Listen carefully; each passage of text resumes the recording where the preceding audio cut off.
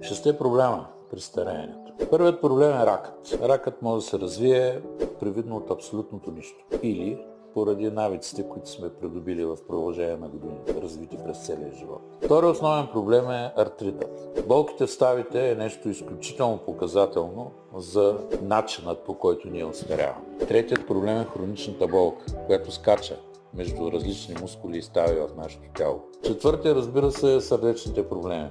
Масово хората с остаряването започват да имат проблеми с кръвното налягане и с пулса. Не е правилно хората да мерят само кръвно налягане. Мерете си и пулса. Това са два основни показателя за вашето физическо състояние и здравословно състояние.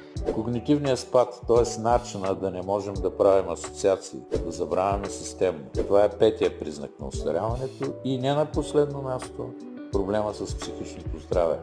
Безсънието, тревожността, невъзможността